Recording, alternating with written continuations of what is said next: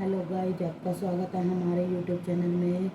आज मैं आपको आषाढ़ शुक्ल पद्मा एकादशी के नाम की कथा का बहुत ही कम शब्दों में आप इस कथा को आपके सामने सुनाकर बताऊंगी और आप ध्यान से सुनना। और मैं आपका कीमती समय को नष्ट नहीं करूंगी और जल्दी से जल्दी इस कहानी को कथा को आपके सामने शुरू करती हूँ। तो युधिष्ठिर बोले, हे केशव, आषाढ़ शुक्ल पक्ष की एकादशी का क्या नाम है? उसका देवता कौन है? यह मुझसे कहिए। श्री कृष्ण जी बोले, हे महिपाल, तुमने बहुत सुंदर प्रश्न किया है। जगत में एकादशी से पवित्र और कोई पर्व नहीं है, इसीलिए शुक्ल पक्ष की एकादशी का व्रत मैं कहूँगा। आषाढ़ शुक्ल पक्ष की एकादशी का नाम पद्मना यानी हरिकेश भगवान के प्रसन्न करने को यह उत्तम व्रत करना चाहिए। तुमसे मैं पुराण कथा को कहता हूँ, जिसके सुनने से बड़े पाप नष्ट हो जाते हैं। सूर्यवंश में सत्यवादी प्रतापी मंदधाता नाम का एक चक्रवर्ती राजा था। वह राजा धर्म से अपने पुत्र की तरह प्रजा का पालन करता था। उसे राज्य करते हुए बहुत वर्ष बीत गए। 3 वर्ष तक उसके राज्य में वर्षा नहीं हुई। इससे उसकी प्रजा भूख प्यास से पीड़ित होकर व्याकुल हो गई। अन्न के अभाव से पीड़ित होने के कारण उसके राज्य में काल पड़ गया। फिर प्रजा आकर राजा से बोली, हे राजन, मेघ रूपी विष्णु भगवान सब में व्याप्त हैं, वे ही वर्षा करते हैं। हे नृपते, अन्न के न होने से प्रजा नष्ट हो रही है। ऐसा यत्न कीजिए जिससे कल्याण हो। राजा बोला, आपने सत्य कहा। मैंने बुद्धि से विचार करते हुए अपना कोई दोष नहीं देखा, तथापि मैं प्रजा के हित के लिए यत्न करूंगा। ऐसा विचार करके राजा ने कुछ सेना साथ में ले ली। ब्राह्मण जी को प्रणाम करके गहन वन में चला गया। तपस्वी मुनीश्वरों के आश्रम में विचरने लगा। राजा ने ब्राह्मण के पुत्र अंगिरा ऋषि को देखा, जिनके तेज से दिशाओं में प्रकाश हो रहा था। दूसरे ब्रह्मा की तरह मालूम होते थे। उनको देखकर जितेंद्रिय राजा प्रसन्न हुआ और सवारी से उतरकर हाथ जोड़कर चरणों में प्रणाम किया। ऋषि ने आशीर्वाद देकर राज्य के 7 अंगों की कुशल पूछी। फिर मुनि ने राजा के आने का कारण पूछा। राजन ने अपनी कुशल और आने का कारण सुनाया। राजा बोला कि मैंने धर्म से पृथ्वी का पालन किया है, परंतु मेरे राज्य में वर्षा नहीं हुई। इसका कारण मैं नहीं जानता। इस संदेह को दूर करने के लिए मैं आपके पास आया हूँ। शांति और कल्याण की विधि से प्रजा के सुख का करिए। ऋषि बोले, हे राजन, यह सतयुग सब युगों में उत्तम है। इस युग में मनुष्य ब्रह्म ज्ञानी है। इसमें धर्म के चारों चरण वर्तमान हैं। इस युग में वर्तमानों के सिवा और कोई तपस्या नहीं करते। हे राजेंद्र, तुम्हारे देश में शूद्र तप कर रहा है। उसके अनुचित कार्य करने से वर्षा नहीं हो रही। उसको मारने का उपाय करो, जिससे दोष शांत हो। राजा बोला, तप करते हुए को बिना अपराध के मैं नहीं मारूंगा। दुख दूर करने को धर्म का उपदेश दीजिए। ऋषि बोले, हे राजन, जो ऐसा है तो एकादशी का व्रत करिए।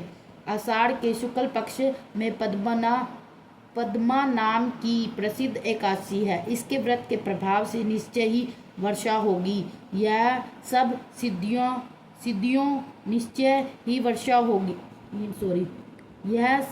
सिद्धियों को देने वाली और सब उपद्रवों को नष्ट करने वाली है। हे नृप, तुम प्रजा और परिवार सहित इसका व्रत करो। मुनि का यह वचन सुनकर राजा अपने महल में आया और पद्मा एकादशी का व्रत किया और व्रत के करने पर सब राज्य में वर्षा हुई। भगवान की कृपा से मनुष्यों को सुख हुआ। इस कारण यह उत्तम व्रत करना चाहिए। एकादशी देवशयनी एकादशी कहलाती है। हे राजन, भगवान के प्रसन्न करने के लिए मोक्ष की इच्छा करने वाले को देवशयनी का व्रत करना चाहिए। चतुर्मास व्रत का प्रारंभ भी इससे किया जाता है। युधिष्ठिर बोले, हे श्री कृष्ण, विष्णु के शयन का व्रत कैसे करना चाहिए? हे देव, कृपा करके चतुर्मास्य के व्रत कहिए। श्री कृष्ण बोले, विष्णु के शयन के व्रत और चतुर्मास में जो व्रत कहे हैं उनको मैं तुमसे कहूँगा, तुम सुनो। आषाढ़ शुक्ल पक्ष में जब सूर्य कर्क राशि पर आ जाए तब एकादशी के दिन जगत के स्वामी मधुसूदन भगवान को शयन कराना चाहिए। जब सूर्य तुला राशि पर आ जाए तब भगवान का उद्यापन करना चाहिए। आषाढ़ शुक्ल पक्ष की एकादशी को उपवास करें, चतुर्मास्य का व्रत यत्न पूर्वक करें, नहीं तो साल भर के पाप नष्ट नहीं हो सकते। जिस महीने में संक्रांति नहीं हो वह देवता और पितरों के नाम में वर्जित है। वह महीना मल मास है और अपवित्र है, इसीलिए बुद्धिमान मनुष्य इसमें देवता और पितृ कार्य ना करें। जो कोई मनुष्य इस व्रत को करता है वह अंत समय में सूर्य के समान प्रकाश मान विमान में बैठकर प्रलय के समय तब विष्णु लोक में निवास करता है। जो कोई देवता के मंदिर में सफाई और जल छिड़कते हैं, सावधान होकर चतुर्मास्य का व्रत करते हैं, हे विपेंद्र, वह 7 जन्म तक सत्य और धर्म में तत्पर होते हैं। जो कोई दही दूध घी शहद बूरे से चतुर्मास भगवान को स्नान कराता है उसका विष्णु के समान रूप होता है और अक्षय सुख को भोगता है। जो राजा ब्राह्मण को यथाशक्ति दक्षिणा भूमि फल और स्वर्ण दान की तरह स्वर्ग में अक्षय सुख को भोगता है। जो कोई व्रत करने वाला चतुर्मास्य में नित्य पूजन करता है वह अक्षय सुख पाता है। जो गायत्री का जाप करते हैं उससे व्यास जी प्रसन्न होते हैं। इसके उद्यापन में शास्त्र विहित पुस्तक का दान करना चाहिए। सब विद्याओं के समान शांति देने वाली सुंदर अक्षरों की पुस्तक मैं देता हूँ, इसीलिए हे सरस्वती मेरे ऊपर प्रसन्न हो, इस प्रकार प्रार्थना करनी चाहिए। जो कोई नित्य प्रति पुराण अथवा धर्म शास्त्र को सुनता है वह पुण्य आत्मा सुखी धनी धर्मात्मा होती है। जो कोई शिवजी अथवा केशव का जाप करता है वह व्रत की समाप्ति में उस देवता की स्वर्ण की मूर्ति का दान करे। 5 मुख वाले बैल पर बैठने वाले हर एक मुख में 3 नेत्र कपाल त्रिशूल खंडवांग धारी जिनके माथे में चंद्रमा है ऐसे सदा शिवजी है। आपने देवताओं के निर्मित अमृत को छोड़कर हलाहल यानी विष को ग्रहण किया। हे प्रभु मैं आपकी शरण में हूँ, आप प्रसन्न होइए, इस प्रकार प्रार्थना करें। नृत्य कर्म करके सूर्य को अर्घ देवें। सूर्य मंडल में स्थित जनार्दन भगवान का ध्यान करें। व्रत की समाप्ति में स्वर्ण लाल वस्त्र और गोदान करने से बल की प्राप्ति होती है। व्रत करने वाला चतुर्मास्य में भक्ति से विहरती अथवा गायत्री मंत्र से तिल का हवन करें। व्रत की समाप्ति में बुद्धिमान ब्राह्मण के लिए 108 अथवा 21 तिल के भरे हुए पात्र देने चाहिए।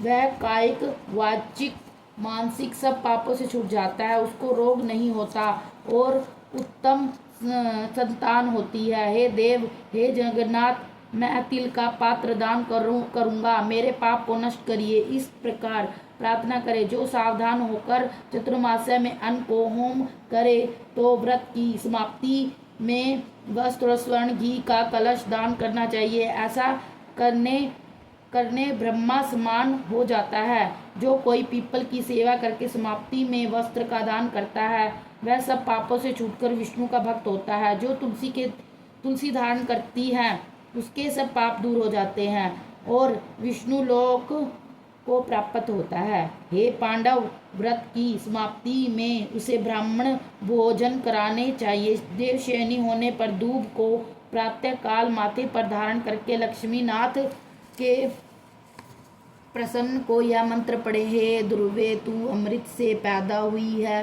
सुर असुर सबसे तू वंदना की गई है, तू सौभाग्य और संतान देने वाली है। कुरु श्रेष्ठ व्रत की समाप्ति में सोने की दूब बनवावें।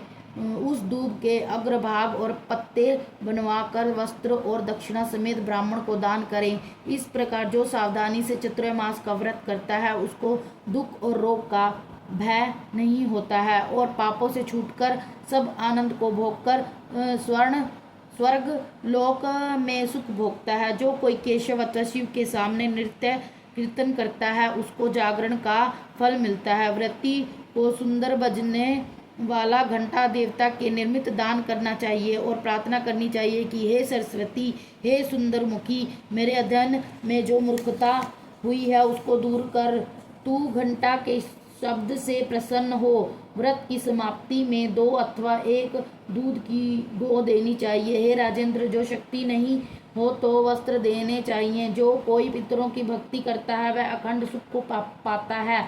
व्रत की समाप्ति में जो ब्राह्मणों को भोजन कराता है उसकी आयु और धन बढ़ता है। जो प्रातः संध्या करके नियम की समाप्ति में ब्राह्मण को घी का घड़ा, 2 वस्त्र, तिल और घंटा देता है वह सरस्वती के तत्व को जानकर विद्यावान होता है। वह सदा दान करने वाला मनुष्य सब दुखों से छूटकर रूपवान और भाग्यशाली होकर अखंड सुख को भोगता है। जो नृत्य, शाक, मूल, फल और तथा यथाशक्ति ब्राह्मणों को देता है वह व्रत के अंत में बहुत समय सुख भोगकर राजयोगी होता है।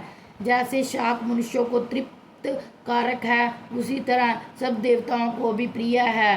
वैसे ही कंद, मूल, फल, पुष्प ये देव ऋषियों को प्रिय हैं। विष्णु के शयन करने पर चतुर्मास में जो इसका दान करता है देवता उसका कल्याण करते हैं। अनग मनुष्य, सूर्य नारायण की प्रसन्नता के लिए सुशील ब्राह्मण को 100 मिर्च पीपल दे। उस 100 मिर्च पीपल में दक्षिणा रखकर इस मंत्र को पढ़े, जैसे 100 मिर्च पीपल मनुष्य के रोगों को दूर करते हैं वैसे ही सूर्य भगवान इसके दान करने से प्रसन्न होते हैं। बुद्धिमान मनुष्य को भले प्रकार से व्रत करके उद्यापन करना चाहिए। पार्थ, इसके करने से केशव भगवान प्रसन्न होते हैं। दिन में भगवान क्षीर सागर में शयन करते हैं और जब जागते हैं उतने दिन का एकाग्रचित्त से उपवास करने वाले मनुष्यों को गरुड़ ध्वज भगवान श्रेष्ठ गति देते हैं। बोलो श्री विष्णु भगवान की जय। इस प्रकार यह कथा संपूर्ण होती है।